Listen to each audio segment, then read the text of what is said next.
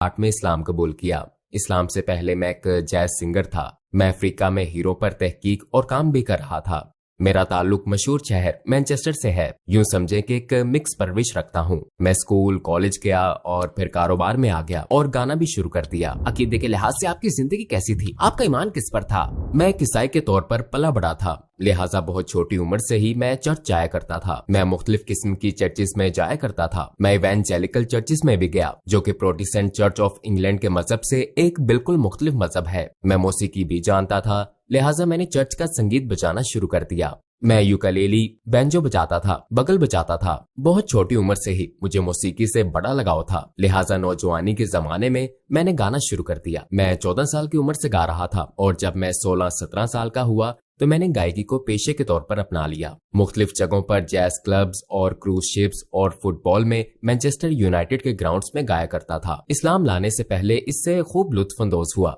मुझे यूं महसूस हुआ कि मैं उस अरूज को पा चुका हूं जिसे मैं म्यूजिक इंडस्ट्री में हासिल कर सकता था। दुनिया का नंबर 1 सिंगर बनना मेरी ख्वाहिश नहीं थी। मैं एक जैज सिंगर की तरह गहरे रंग की जाज़िब शख्सियत का मालिक भी नहीं था। और जब मैं इनमें से बास क्लब्स में गा रहा था, मैंने सोचा कि जो मैं पाना चाहता था वो पा चुका हूं। यूं लगा कि जैसे मैं अपना हदफ पूरा कर चुका हूं और अब जज्बात से खाली एक एहसास था।